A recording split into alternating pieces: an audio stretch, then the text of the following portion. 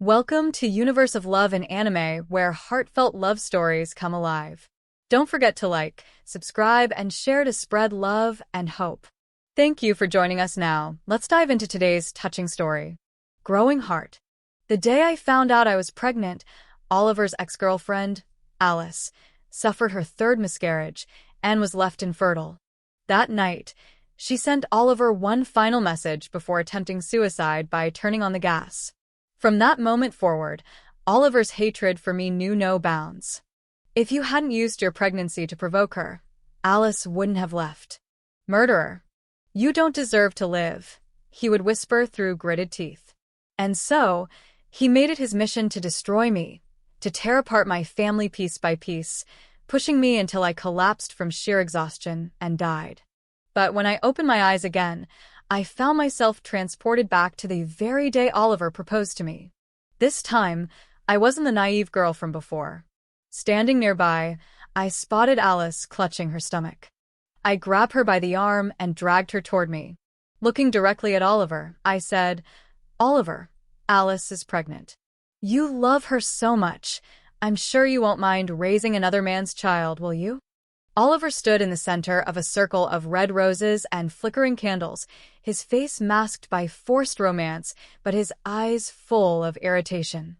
My roommates had pulled me here against my will, but I had no interest in playing along. Without hesitation, I led Alice to the center, right in front of everyone. His gaze turned ice cold. "Helen, what nonsense are you pulling now? I've already proposed like you wanted. What else do you want from me?" I shook my head, my voice steady.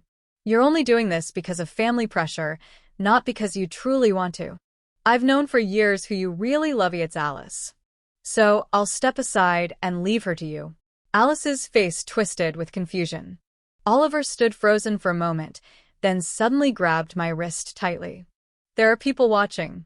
Do you really want to humiliate me like this?"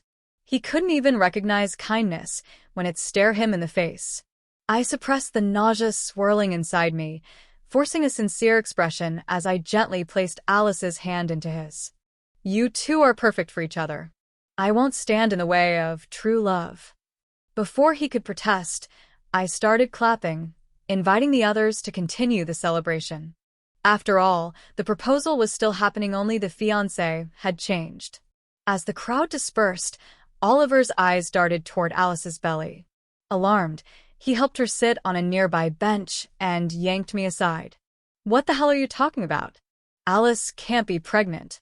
Of course, I wasn't about to tell him that in my previous life, Alice had already gotten pregnant shortly before graduation and had blamed me for her first miscarriage, accusing me of stressing her out by asking for support at a competition. Enraged, Oliver had even stripped me of my scholarship to study abroad. But now, I calmly improvised. "My mother's friend works in gynecology. He saw her at a recent appointment." Oliver's face darkened. "And knowing that, you pulled this stunt in front of everyone?" I feigned surprise. "You love her so deeply, and at that family dinner you even said you wouldn't marry anyone but her. Are you having second thoughts already?" I chuckled softly. "What a noble love you two share." His jaw clenched as he struggled to find words. Behind him, Alice timidly approached, gently caressing her stomach. Her voice trembled. "Please don't argue. I was foolish to trust the wrong person, and now I'm in this situation. The doctor said if I lose this baby again, I might die." Oliver, as always, melted at the sight of her tears. Wrapping his arms around her protectively, he whispered, "Don't worry, Alice. I'll find that bastard myself." The baby actually belonged to a foreign boyfriend Alice had before, but the man had vanished without a trace. Clinging to Oliver's shirt, Alice sobbed, "Don't look for him. I don't want anything to do with him anymore. He took my money, my body, everything. You two are all I have left." I stayed silent while Oliver gritted his teeth. "For everything we've been through together, this baby is mine now." Perfect. That's exactly what I wanted to hear. Very few people knew about Alice's pregnancy. She took an extended leave from university, and Oliver rented her a luxurious 3-bedroom apartment so she could rest. After dropping her off one evening, he turned back to face me, suspicion burning in his eyes. "Why are you so calm about all this?" he demanded. I smiled sweetly, masking every ounce of disdain beneath a professional tone. "Watching you fight for your happiness makes me genuinely happy for you." His annoyance only grew. In my previous life, our engagement was nothing but a business deal between our families. Meanwhile, Alice had married that foreign boyfriend she adored so much, only to find herself trapped in a nightmare of betrayal.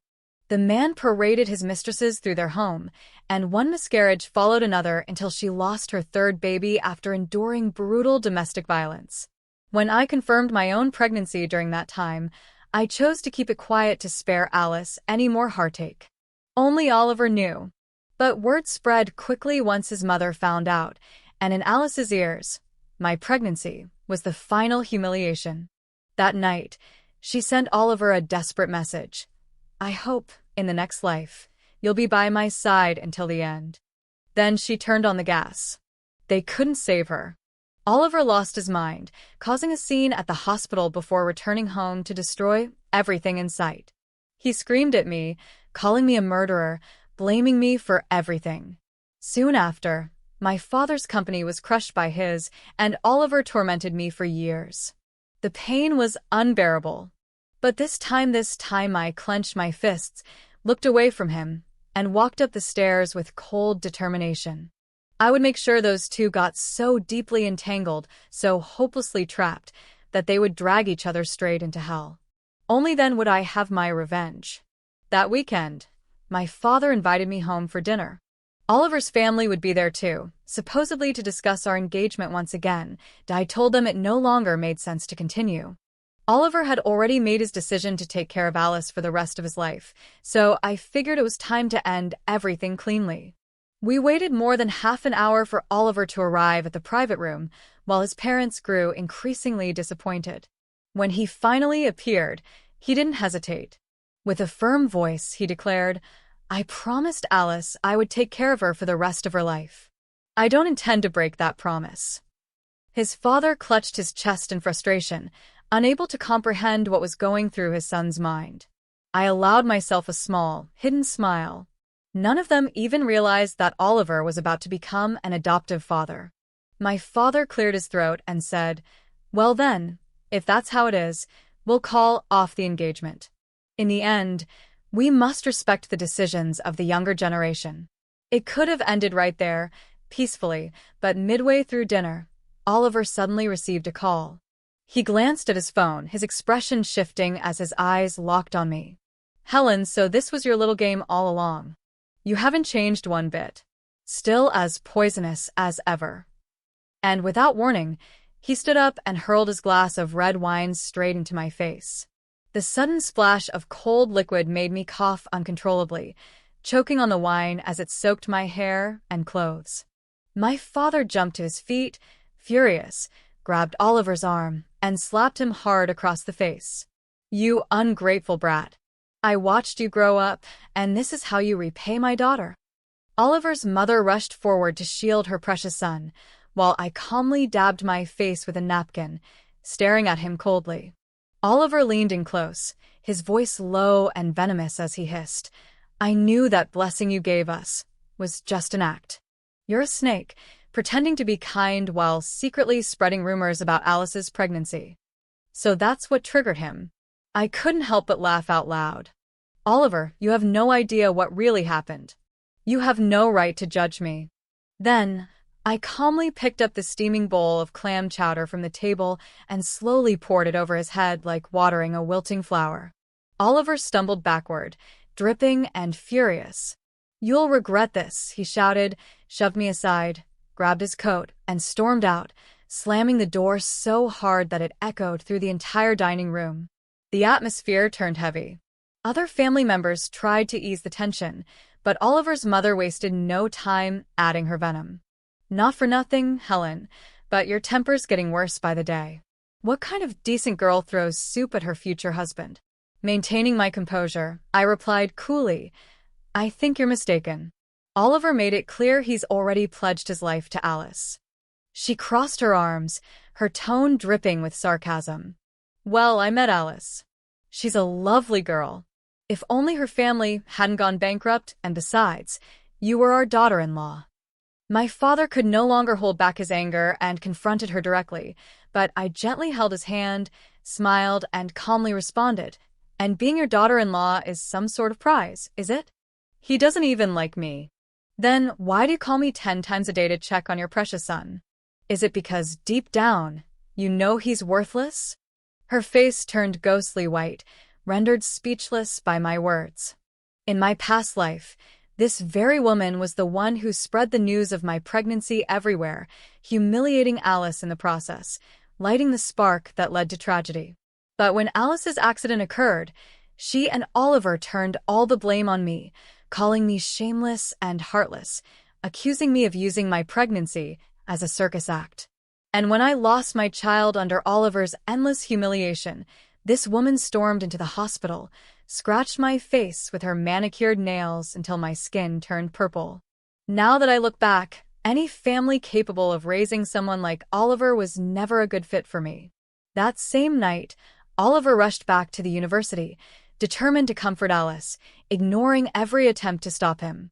He stormed into the girls' dormitory, where I was just returning to my room, my portfolio tucked under my arm. He was hugging Alice tightly, his icy, threatening gaze sweeping across everyone present. "If anyone dares to say another word about her, you'll be an enemy of my family, and I won't hesitate to have you expelled from this university." The audacity. Did he think the university belonged to him? Calmly walking through the crowd, I said, "Everyone relax.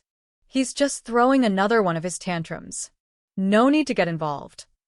The hallway fell silent immediately. My 3 roommates flashed me a thumbs up in unison. Oliver's grip on Alice tightened, causing her to wince and let out a soft cry of pain. His voice shook with disbelief as he snapped, "What did you just say?" Earlier, on his way back to campus, Oliver had already called me, furious, threatening that if anything happened to Alice, I'd pay for it. I laughed. "You think I'm joking? If something happens to Alice, I'll make sure you regret it," he growled. Of course, in the past life, when Alice died, he made sure I suffered. He set up a financial trap that crushed my father's company. My dad ended up hospitalized, coughing up blood, and Oliver forced him to kneel and apologize on my behalf. He had forgotten every meal shared in my home, forgotten how my father treated him like his own son. Now, as Oliver and I locked eyes in this heavy silence, Alice suddenly lunged forward, grabbing my wrist. "Helen, even if you're upset that Oliver chose me, that doesn't give you the right to slander me." I had heard enough. Yanking my arm away, I said coldly, "You know perfectly well whether that pregnancy is real or not. Your little sob story works on Oliver, but don't expect the whole world to kneel before your tears." My roommate Miranda clapped. "You're my idol." Other girls started murmuring. "Exactly. We just saw the post about her pregnancy, and she was already playing the victim." I barely touched her shoulder while picking up a package, and she accused me of being sent by Helen to harm her. There's no way to defend ourselves. She acts like everyone's attacking her, but most of us barely even notice her existence. Alice's face drained of color, her body swaying until she collapsed backward. Oliver caught her in his arms, shooting me a furious glare. "Helen, just because your father's influential doesn't mean you can do whatever you want. If you don't apologize to Alice tonight, you're not stepping foot into this dormitory." That only made me smile. I stepped closer and whispered, "Oliver, you broke into the girls' dorm, and now you're threatening people? The one who should be apologizing is you. What a shame you are, disgracing your own family like this." Oliver's face contorted with rage as he raised his hand, ready to force my head down in a humiliating bow. But I grabbed his wrist midair, twisted it sharply, and flung him sideways onto the floor with ease. Recently, I hadn't just been honing my drawing skills, I had also signed up for self-defense classes. After all, his mother had asked me to teach him a few things at school. I was simply doing as requested. Alice, panicked and confused, rushed to help him up while his face turned beet red with fury. The dorm supervisor appeared, broom in hand, and forced Oliver out of the building. Only then did he reluctantly leave. The very next day, he pulled strings to trace the IP address behind the leak about Alice's pregnancy. It turned out to be Roma, a fellow student who had always been Alice's rival for the scholarship.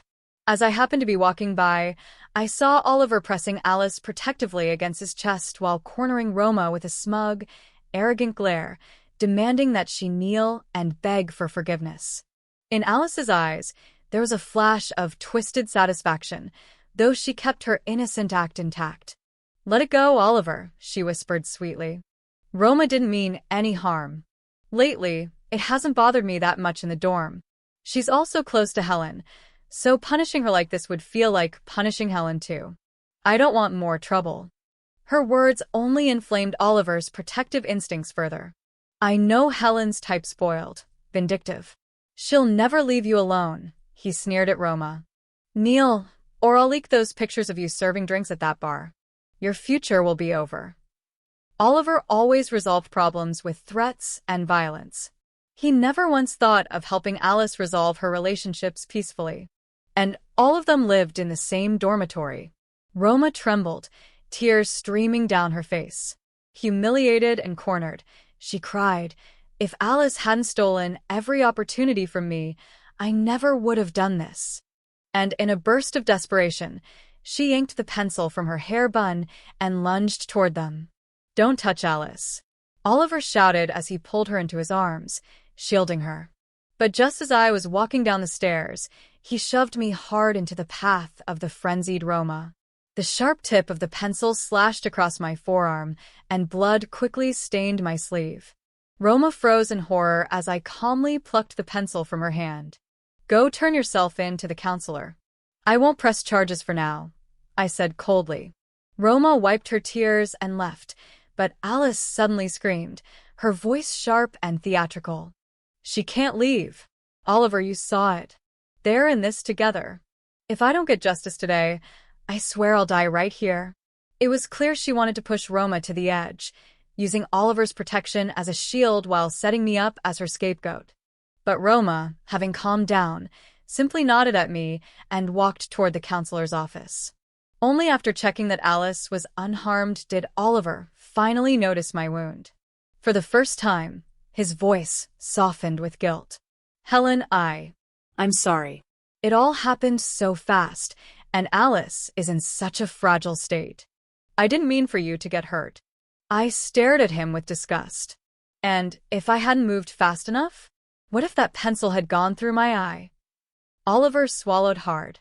"It wouldn't have been that bad. Alice is an artist. Her hands can't afford any injury." He said it so casually, as if my injuries meant nothing, forgetting entirely that I'd been painting since I was 7 years old. I stepped forward, and he instinctively pulled Alice behind him like a coward. "Oliver, give me your hand. I have something for you." He hesitated but eventually stretched it out. Without warning, I dragged the sharpened pencil across his palm, drawing a thin red line. "Are you insane?" he screamed, clutching his bleeding hand as Alice gasped in horror. I smiled sweetly. "Oliver, that's for all the years of fake friendship, for that shove you just gave me. Consider us even. I wish you and Alice a long, drama-filled life you'll never escape from." And with Oliver trembling behind me, I turned and walked away without looking back. But karma was only beginning to collect its debt. Soon after, Alice was summoned by the school for her extended absences. She could no longer hide her pregnancy. Initially, the administration planned to expel her, but Oliver secretly paid them off and promised a hefty donation, new library. Only then was she allowed to stay and receive her diploma. But as the whispers on campus grew louder, Alice became increasingly paranoid. Every glance, every hushed conversation sent her spiraling, convinced everyone was talking about her. A simple missed greeting from a classmate would send her into hysterics, accusing them of deliberately isolating her. Meanwhile, I locked myself in the art studio, completely focused on preparing for the upcoming National Chinese Painting Competition, the one that could grant me a 6-month apprenticeship with a renowned master, my lifelong dream. In my past life, I had spent 6 months preparing for this contest, filled with confidence. But on the very day of the competition, Alice had suddenly clutched her stomach beneath the oriental plane tree, writhing in pain and begging me not to leave her. I had called for help, notified the teachers, but afterward, she went around telling everyone that I had abandoned her when she needed me most. That vicious rumor destroyed everything for me. But this time, I would show no mercy. Being kind to the wrong person only brings disaster. I painted late into the evening, lost in my work. As I finally opened the studio door to leave, a tall shadow startled me. It was Oliver. "What are you doing here?" I asked, narrowing my eyes. "I misjudged you before." "I came to apologize," he said, attempting to step inside. "Save it," I interrupted coldly. "You'll be apologizing plenty more in the future." He stiffened, pretending to be hurt. "Even though we're no longer engaged, you don't have to treat me like this. You know Alice is pregnant and emotionally unstable. As a friend, shouldn't you be there for her?" His face was filled with self-righteous indignation. "Don't drag me into this," I replied, my voice sharp. "If I were there for her, you wouldn't have your excuse to play the tragic hero, would you? Now move. I won't let you block my chance to win that prize."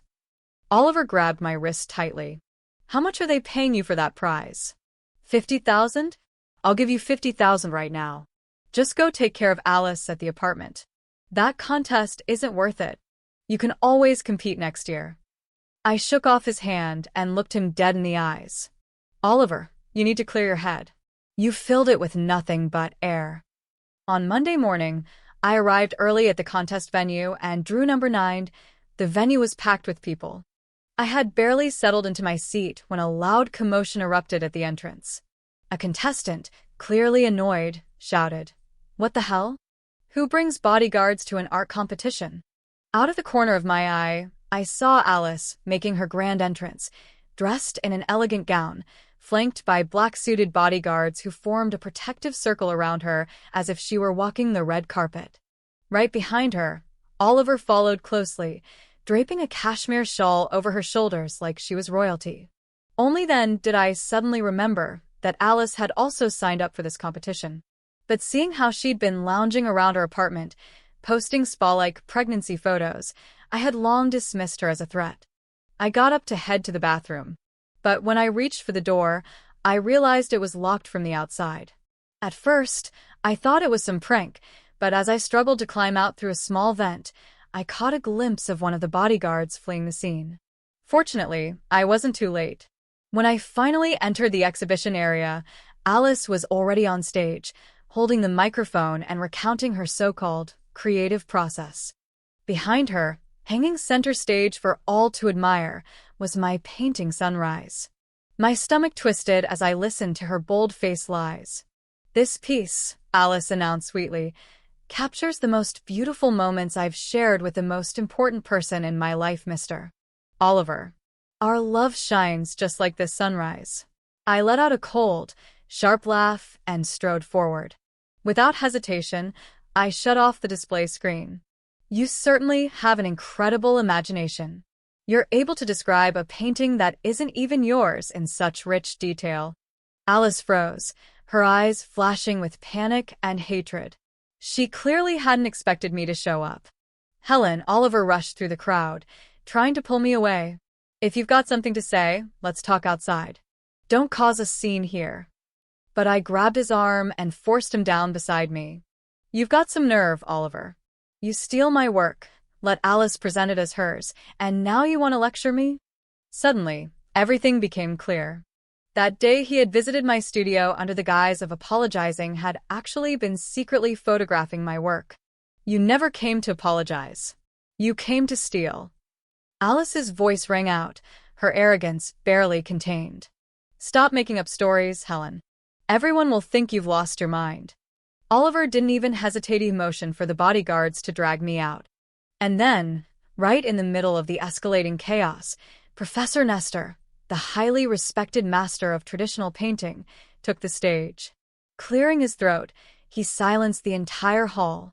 "Young lady," he said, directing his gaze at Alice, "is this sunrise painting truly your original work?" Alice immediately nodded. Yes, of course. But the professor merely smiled and shook his head. A lack of talent can be improved, but a lack of integrity? That cannot. Alice's face drained of color. She stammered. What do you mean? Then, projected onto the big screen behind him, appeared my previous sunrise paintings works I had been sending to Professor Nestor for months as part of my apprenticeship application. I had submitted the final version to the competition committee a week ago.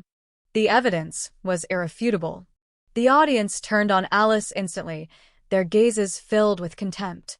Red-faced and humiliated, she clutched her belly and flung herself into Oliver's arms. Oliver. She's always hated me, always treated me like an enemy. She never trusted us. Oliver's eyes burned with fury and shame as he glared at me. You planned this from the start. You pretended to be noble just to make us look like fools. I laughed bitterly. You two are the thieves here. And yet you dare act like victims. The audacity.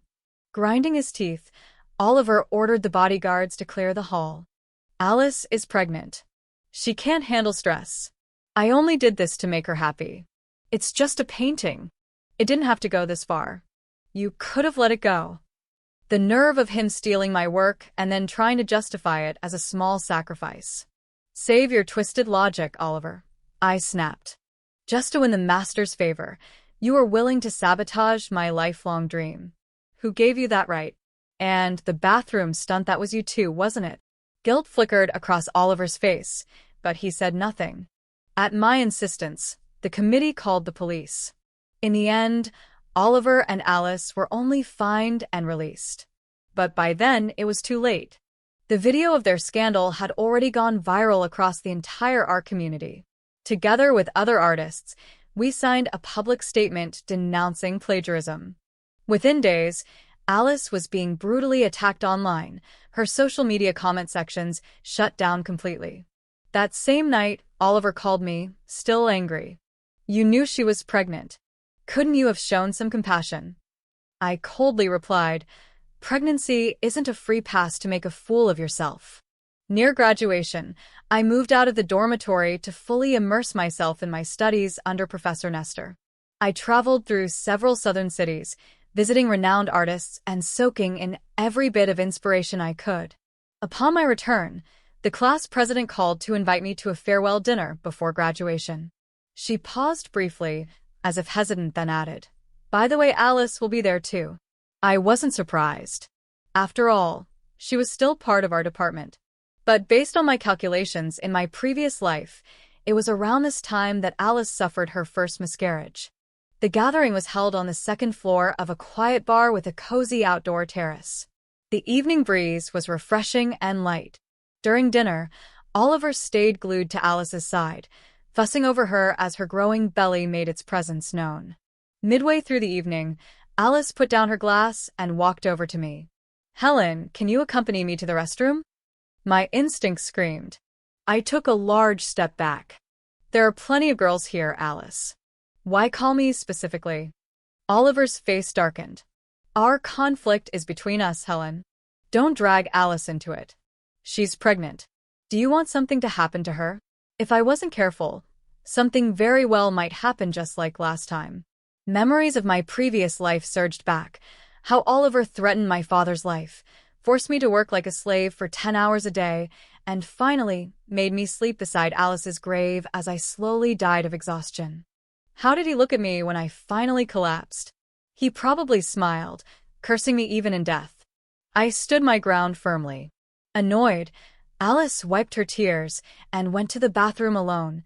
Just as the tense atmosphere hung over the terrace, Roma, who had been quiet for a long time, suddenly stood up with a glass of wine in hand and approached Oliver. Her face was pale, and her voice trembled as she spoke. Oliver, I've made terrible mistakes. But please, I'm begging you, have mercy. Stop sending people to torment my parents. They're simple farmers. My mother's mentally ill, she can't take any more stress. Her exhausted body swayed, as if she could collapse at any moment. But Oliver simply raised his wineglass with chilling calm. What does that have to do with me? He asked coldly. You upset Alice, and actions have consequences. Roma gritted her teeth, her voice breaking. I've written apology letters to you by hand for over a month. What more do you want from me? You even sent people to destroy my family's garden. Oliver's brows furrowed slightly, as if mildly confused. I only told them to shake things up a little, to scare you. It wasn't meant to go that far. My heart chilled. Roma's family relied on that small garden to survive. Sabotaging it meant stealing their entire livelihood. And to him, it was merely shaking things up. The wind picked up, sweeping across the terrace. Roma staggered forward, and instinctively, Oliver reached out and caught her. At that moment, Alice was returning from the restroom. The second her eyes landed on the scene of Oliver holding Roma, her face twisted with fury. Without hesitation, she lunged and yanked Roma's hair. You still dare to seduce him? Have I been too kind to you? No one dared step in. Everyone knew that once Alice lost control, she became a wild beast, and even worse, Oliver always unleashed his rage on anyone who dared interfere. Alice, calm down. This is a misunderstanding. But in the middle of the struggle, the silver railing behind her began to shake violently, and with a sudden snap, both Alice and Oliver plunged from the second-floor terrace. The class president screamed in panic, "Oh my God! Call 911, hurry!" I ran to the railing and looked down. The sight of a spreading bloodstain beneath Alice pierced through the darkness, like a crimson flower blooming under the warm glow of the streetlights. The class president returned breathless. Alice lost the baby. When Alice finally woke up in the hospital, she snapped, wrapping her hands around Oliver's neck and screaming hysterically. If it weren't for you and that woman, my baby would still be alive. You promised to take care of me forever, you lied. You're no different from that bastard who abandoned me. Day and night, Oliver stayed at her side, silently enduring her breakdowns without protest. In my past life, he once told me why he had always spoiled Alice. Back in elementary school, he claimed Alice had saved his life. One snowy night, he'd run away to look for a lost puppy and nearly froze to death. According to him, it was Alice who carried him home, and from that moment on, he vowed to protect her for life. But what Oliver never knew was that the person who carried his frozen body home that night, trudging for half an hour through the snow, was me. He never found out. After that fall, Oliver fractured his right arm but still visited Alice at the hospital every day, believing the fall was partially his fault. He convinced himself that Alice's extreme behavior was because of her tragic childhood and her toxic ex. He even posted on his social media, "I will use all my love to pull you from the darkness, just like you carried me home that night." But he had no idea that his own world was about to collapse. During a casual dinner, my father mentioned, Oliver's company is struggling. Several top managers have jumped ship to competitors, and their production line is close to collapsing. They're desperately looking for funding. Of course, I already knew. After all, I'd played a small part in orchestrating it. One afternoon, I took my nephew to the hospital for a dental checkup.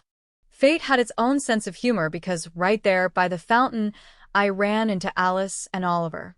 Alice sat in a wheelchair, pale and dazed. Oliver bent down, gently handing her a thermos, but whatever he whispered made her snap. She flung the thermos to the ground, splashing hot water onto Oliver's face. "How dare you raise your voice at me? You yelled at me. That means you don't love me anymore," she sobbed uncontrollably. "Leave me. I don't want a man who doesn't love me. Let me die alone." My 4-year-old nephew tugged on my sleeve and whispered, "Auntie, they're crazy. Let's buy them something to eat. My teacher said even crazy people deserve kindness." Oliver heard him and turned toward me, his eyes filled with exhaustion and surprise. Only then did I fully take in his appearance, his disheveled bangs covering hollowed eyes, gaunt cheeks, and pale complexion. He looked like a man on the brink of collapse. Alice's gaze followed and froze the moment she saw the child in my arms. Her hands trembled as she pointed at me, her voice shrieking, "You brought a child here to mock me? You're evil, Helen. If you hadn't gone to that party, I wouldn't have gone either. None of this would have happened." I stared at her, speechless. Some people will always find a way to blame you, no matter how absurd. So now wherever I go, you feel obligated to follow? I asked coldly. Oliver jumped to her defense, as always. Helen, enough. Don't drag Alice into this. I shrugged. You should both see a psychiatrist. My nephew clapped his hands. Auntie's the best. I picked him up and walked away, leaving those two behind in the middle of yet another argument. My college years were finally coming to an end. As I carried my suitcases downstairs, I ran into Roma, who was also moving out. She nodded slightly as she hurried past me, but then suddenly stopped and turned back. You knew, didn't you? You knew I was the one who tampered with the railing that night. Why didn't you expose me? I smiled faintly and shook my head. I don't know what you're talking about. In truth, I had no interest in involving myself in the twisted games between Roma and Alice. On the contrary, the deeper Roma's hatred dragged Alice and Oliver down, the better it was for me. Just as I turned around, a strong hand slammed me against the wall. Oliver's eyes blazed with rage. Oliver, are you insane? I spat. His voice was dangerously low. Alice has been missing for days. Don't tell me this has nothing to do with you. His hand crept slowly toward my neck. If she even loses a single hair, you'll pay for it. His breath was heavy with madness. I saw you with Roma. Don't pretend you had nothing to do with this. Helen, you've always been jealous of Alice because she won my heart, and now you're trying to destroy her through others. I looked at him coldly, slowly raising my hand to tap his forehead with my finger. Tell me, Oliver, how are your bones feeling lately? His lips pressed into a thin line. He swallowed hard, unable to forget the fear I'd planted in him the last time I effortlessly knocked him to the floor. But instead of backing off, he hissed, "Give me your phone. That's the only way I'll know you didn't do anything to Alice."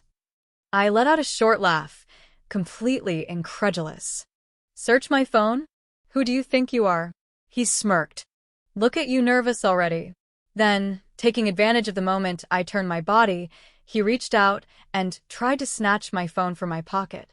In the struggle, he shoved me backward into a small art studio, slamming the door behind us. The frown on his face could have killed flies, but suddenly, something amusing crossed my mind. Oliver, you say Alice has been missing for days. But instead of actually looking for her, you're here wasting your energy interrogating me. That's real devotion, huh? I had noticed it long ago. Ever since I saw them arguing at the hospital, Oliver's gaze toward Alice held more irritation than tenderness. Even the most passionate love rots when it's fed only with endless drama and manipulation. Day by day, it decays. His face tightened in annoyance, and to suppress his frustration, he lit a cigarette. I grimaced. This is an art studio. Put that out. But he seemed almost entertained. It's been a while since you scolded me like that. I almost missed it. I shot back. You need psychiatric help. The air turned heavy in the silence. Then my phone rang a message from my figure-drawing model at the studio. Miss, your humble servant is ready. All that's left is for you to come and break me in. The message was intentionally cheeky. I picked up the call. I'm on my way now. Oliver, standing too close, clearly heard every word. His expression darkened instantly. Who's that guy? How long have you been seeing him? I shoved him back. If you don't know how to talk, then keep your mouth shut.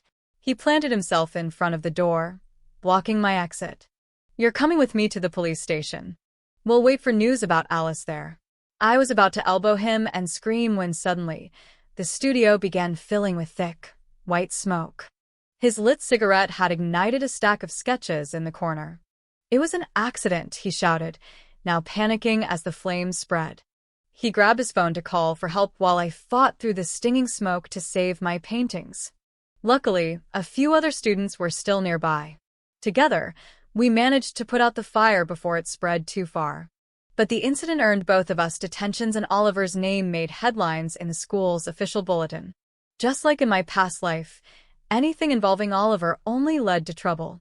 Now we really are going to the police station.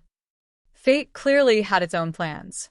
Among all the sketches that burned, one of the two ruined paintings was a piece I had completed long ago, a painting titled Memories in the Snow at the police station. The moment Oliver saw the half-charred painting, his body visibly shook. The snow-covered landscape showed a young girl with a ponytail carrying an unconscious boy on her back, followed closely by a small, limping black dog. His eyes reddened, filled with suppressed emotion. His voice cracked. "Helen, did you paint this? Was it really you who carried me home that night?" I stayed silent, neither confirming nor denying it. He clutched the burned canvas tightly, his face filled with longing and unspeakable regret. Soon after, my father and Oliver's parents arrived. It was late, and rain poured heavily outside, the falling droplets glittering like golden butterflies under the streetlights. The moment she saw me, Oliver's mother raised her umbrella to strike me. "Because of your nonsense, you dragged us all to the police station. You want to destroy our family, don't you? No wonder you're like this. Without a mother to teach you any manners, you've become nothing but filth. Touch my daughter again, and you'll regret it for life." But before her umbrella could land, my father stepped in front of me, forcing her to retreat. "Helen, they're just a few burned paintings. If you need more, I'll buy you 100, my father said gently. But Oliver's parents took the opportunity to unleash their pent-up resentment, furious that my father hadn't loaned them money during Oliver's company crisis. "You couldn't have Oliver, so now you want to ruin him?" My father chuckled with mockery. "Who would even want a son like yours? Desperate enough to call anyone dad?" The shouting match escalated until the police had to intervene, silencing the room with stern voices. Oliver's mother desperately clung to her son's arm. "Oliver, tell your mother this woman is lying. You're not involved in anything bad, are you?" Oliver lowered his head, covering his face with both hands. His voice trembled. "Don't talk to Helen like that, Mom." I raised an eyebrow. For the first time, his defense was directed at me. The officers ordered Oliver to pay compensation for the damaged painting, but his mother fiercely refused, screaming that her son was innocent. And just then, a small pouch slipped from Oliver's pocket, landing on the cold floor. The room fell dead silent as officers stepped forward, their expressions darkening. They collected the powder for testing and temporarily detained Oliver for further investigation. My father sneered as he pulled me protectively behind him. Well, they refused to leave early. Now they really won't be leaving anytime soon. That exhausting night felt just like my childhood all over again. My father patted my shoulder, gently telling me to focus on my art while he handled the rest. Days later, as I was preparing for my interview at a prestigious foreign art academy, word spread that Alice had returned pregnant once again, this time by that same mixed-race boyfriend. But after the man was arrested overseas, Alice had come crawling back to Oliver. However, Oliver was still in custody. In the end, Alice testified that Oliver had been framed during a party, leading to his release.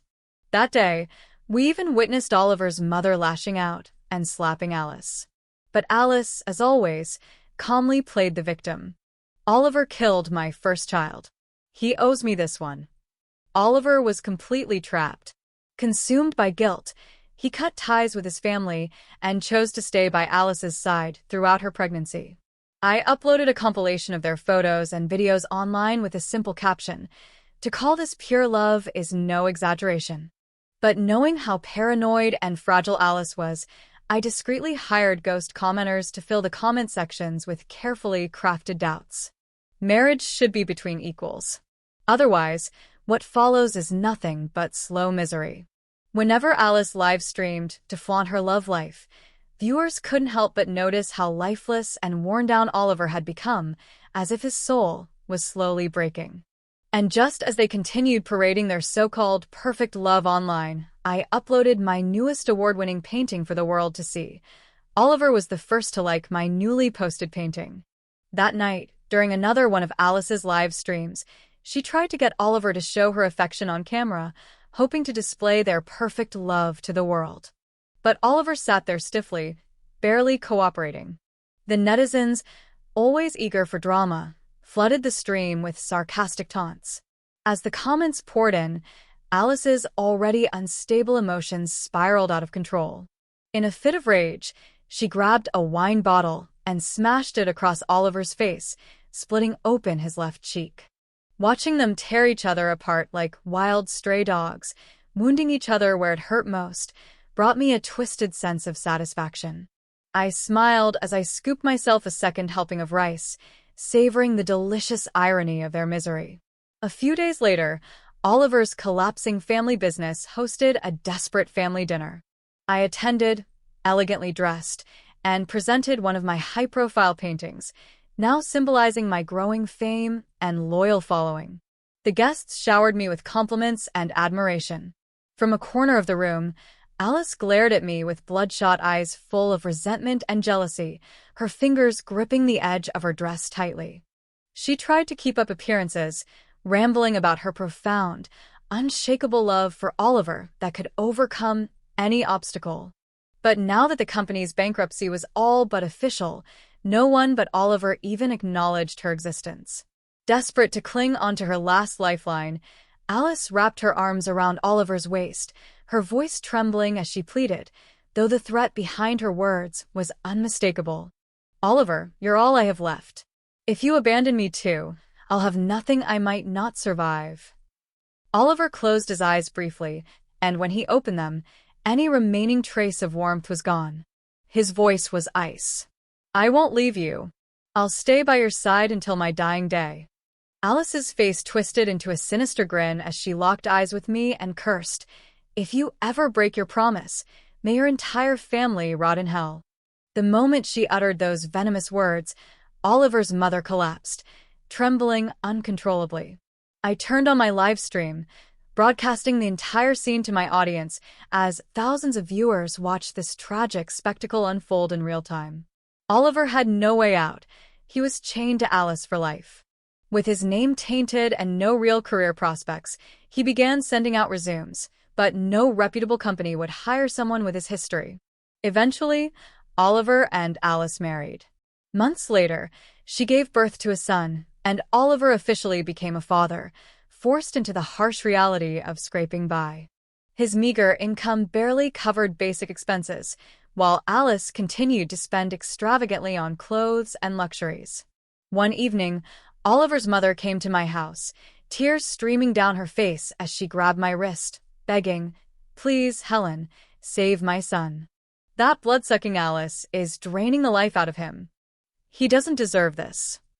She sobbed uncontrollably. "He drives all night just to keep up with her spending, while she sits at home wasting thousands every month." I gently pried her hand away and gave a bitter laugh. "Auntie, your son made his choice. He has no one to blame but himself." Before leaving the country, I held my first solo art exhibition. As I mingled with guests and art collectors, I noticed Oliver approaching, his movements awkward and stiff. I hadn't seen him in months, but the man before me looked like he had aged a decade.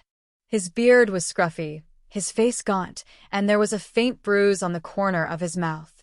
Still, he forced a tight smile. "Helen, your exhibition is incredible. I really liked it." My response was cold and detached. "Thank you." He lowered his voice and added, "It's a pity that your snow painting isn't here. Honestly, I'm glad it burned. That's the painting I regret the most."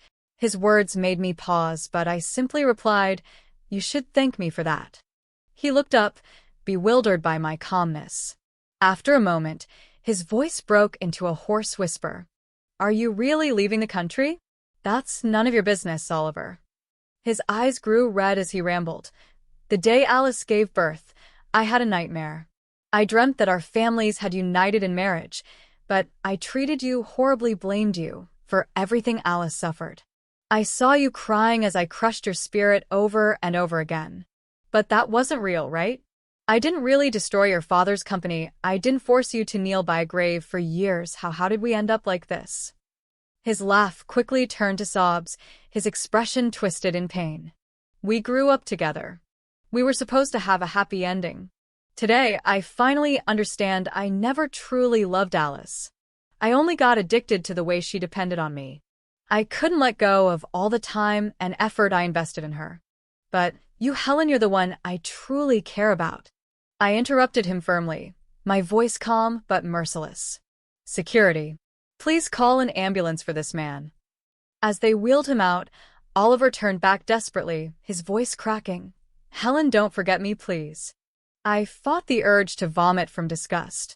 More than half a year after I left the country, my father casually mentioned during a phone call that Alice had died and Oliver had fallen into depression.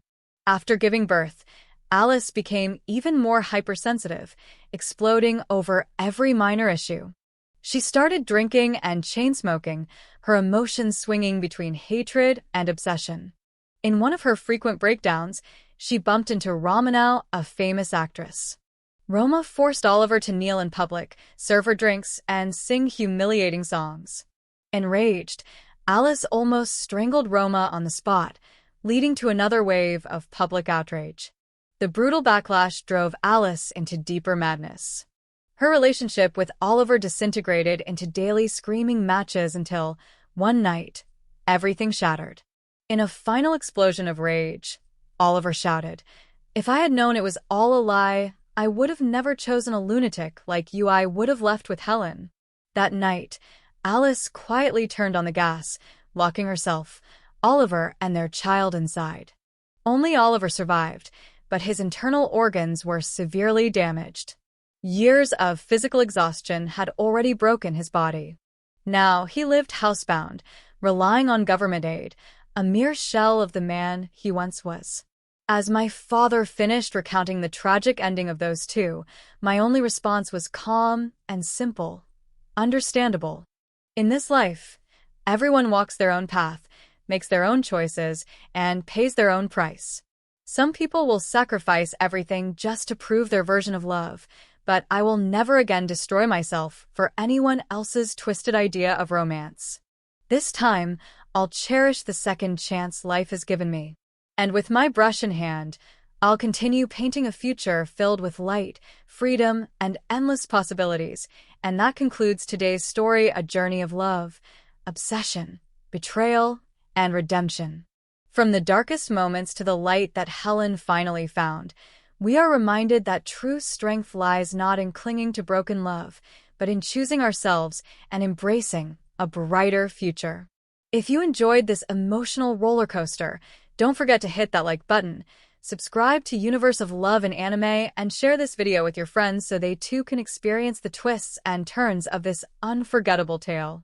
Your support means the world to us and allows us to continue bringing you more captivating stories just like this one. Until next time, keep believing in love, but never forget your worth.